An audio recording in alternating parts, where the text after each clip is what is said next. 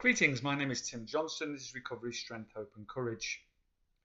I think anybody can stop drinking alcohol and taking drugs or whatever your addiction is, but actually staying stopped and getting strength in your recovery and enjoying being clean is a different story altogether. And I think if I had money for every single time that I stopped taking drugs and drinking alcohol, I'd be quite rich, but I never actually made it very far into recovery because I hadn't dealt with this issue I want to talk about today, really, which is the emotional part of the emotional attachment that you have to drugs and alcohol and the reason that you actually take them. And this isn't about a lot of the things I talk about on the channel here, which have been really important to my recovery, such as diet and exercise and gratitude and forgiveness and giving service, and all these things are of course extremely important to recovery.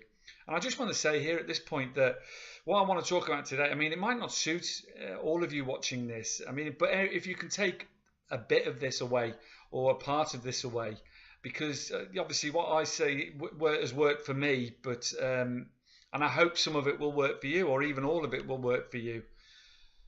I've been it was 35 years in addiction, strong addiction, and this isn't about being physically addicted to, which comes later, which will come later, and and will kill you. This is about breaking off that relationship that you have with the drugs and alcohol, part of the addiction cycle, because the final part that always drives you back to drink and use again is that regret and that self-hatred and that, you know, what have I done and why have I done it, you know, and guilt and shame and all these things will drive you back to using again. It's the final part of that cycle of addiction. But stopping, you know, what does it take? And I always think that, you know, and I've had time to look at it now, and I've had time to think about it and what's different for me this time, in as much as, you know, all those times before that I stopped, but always fell back into it again.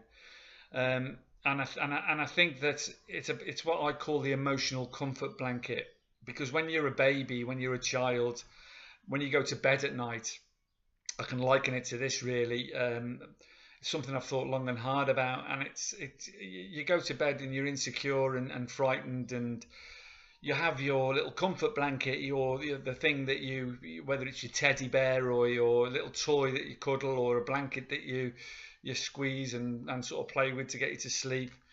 It's there and it makes you feel secure, it makes you feel safe, and it makes you feel warm and cozy, and you can drift off to sleep. And without it, you feel lost, and you feel scared and frightened and not able to deal with things, and sleep doesn't come easy. And that's a sort of simplistic explanation really, but it's the same, I think, and it certainly was for me. And as I say, this is about sort of my experience, and I, you know, if some of you feel like this, and can get anything from this, that's great. But that emotional comfort blanket, you see, I used that and carried it through life with me, and I used my emotional comfort blanket, if you like, became alcohol and drugs. And the reason for that was it helped me in every single situation, because I wasn't able to deal with life, you know, or these are the excuses that I use, and they were excuses, and they are excuses.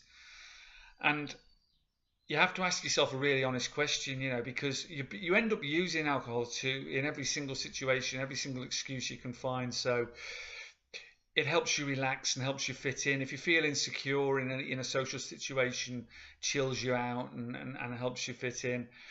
All these things that will go on in your brain, but it's all rubbish, you know. And you'll also use the alcohol as an emotional comfort blanket to mask any feelings and emotions you don't want to feel, any pain you don't want to feel, any bad thoughts or regrets or anger or frustration or whatever, things from your past or from your present life. You know, you will use that comfort blanket, and you will use it to lean on, because it's the easy way out, and your brain always wants the easy way out.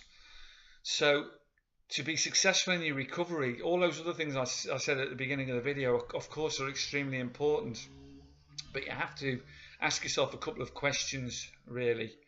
And the first is that yes, you know you're gonna, if you carry on, you die. You've got to understand that the damage it's doing to your body first of all. So you ask yourself a question, you know, if you want to do it for your children, or you want to do it for that sort of reason, and or you have another important reason, then that's fantastic.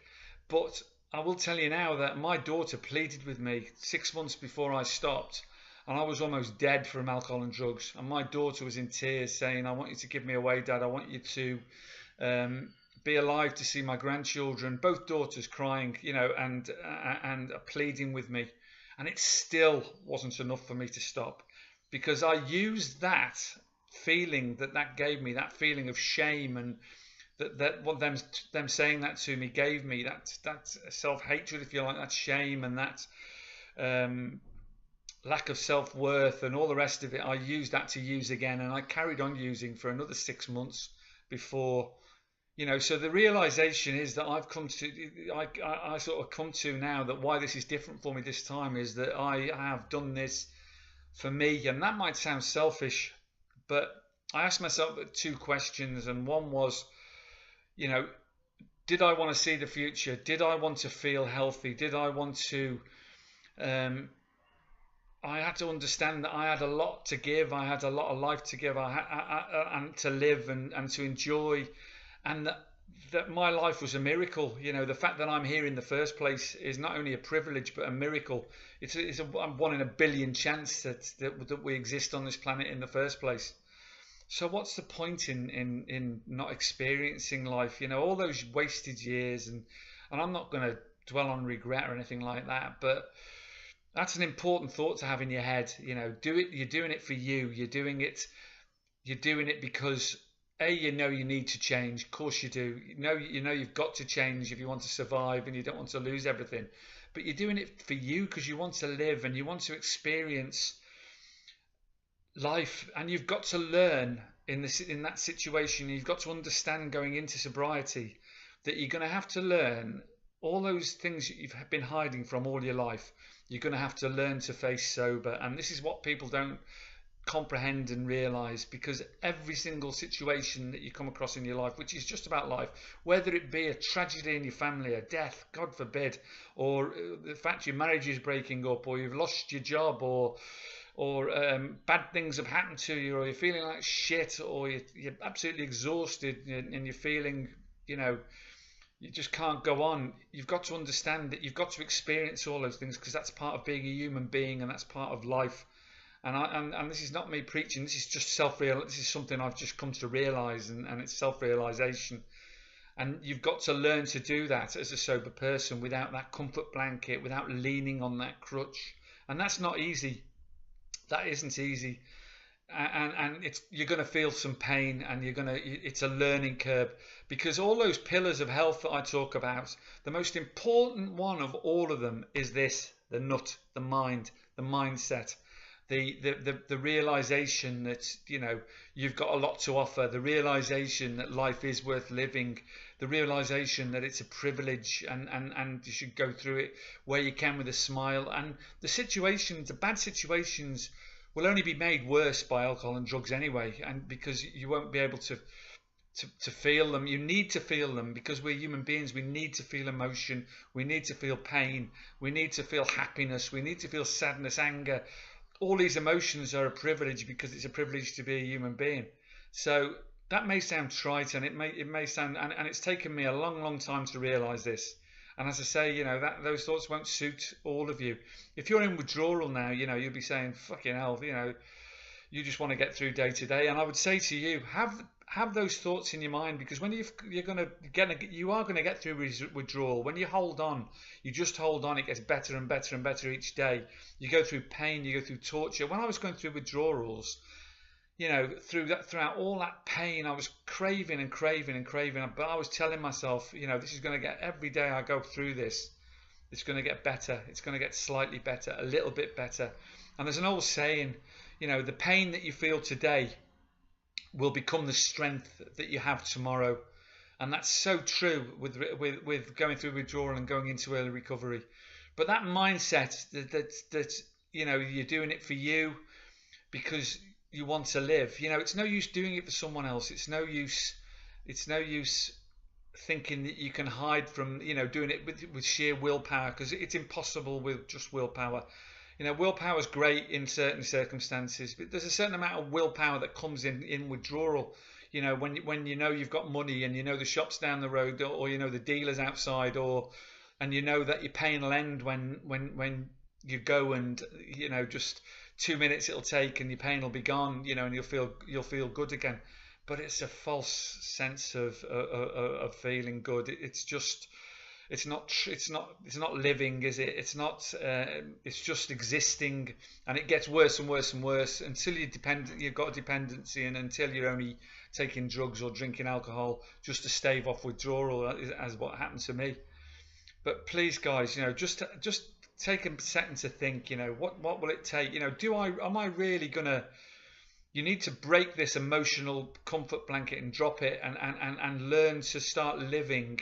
And it takes time. It took me 6 months probably of going through all sorts of, but constantly my mindset was that this is going to get better each day. I'm going to get stronger each day, and I'm going to be able to deal with any situation, you know, whatever the situation is, and I'm going to deal with it better, sober, stronger, and I'm going to experience my daughter's wedding. You know, the night do, which I wouldn't have even remembered a couple of years ago, because I'd have been probably so pissed or drugged out my head.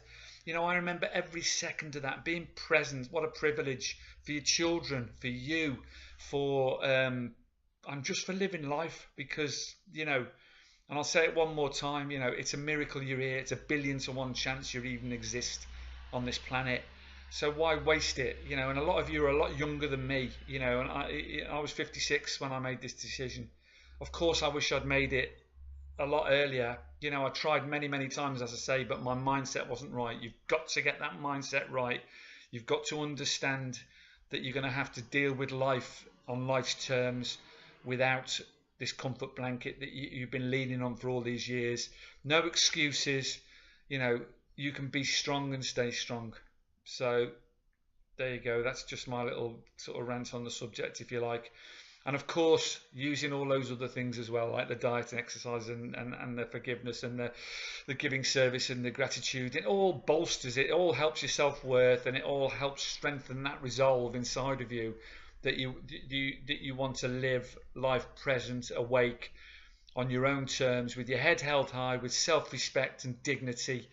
You know, if you're watching this, you know you need to stop. You know you've got a problem, so you need to address it. So let today be the day that you address it. I'm here to help anyone that needs it. So Carpe Diem, seize the day. Make today be the day that you make that change. Good luck. Much love to you all. Bye bye.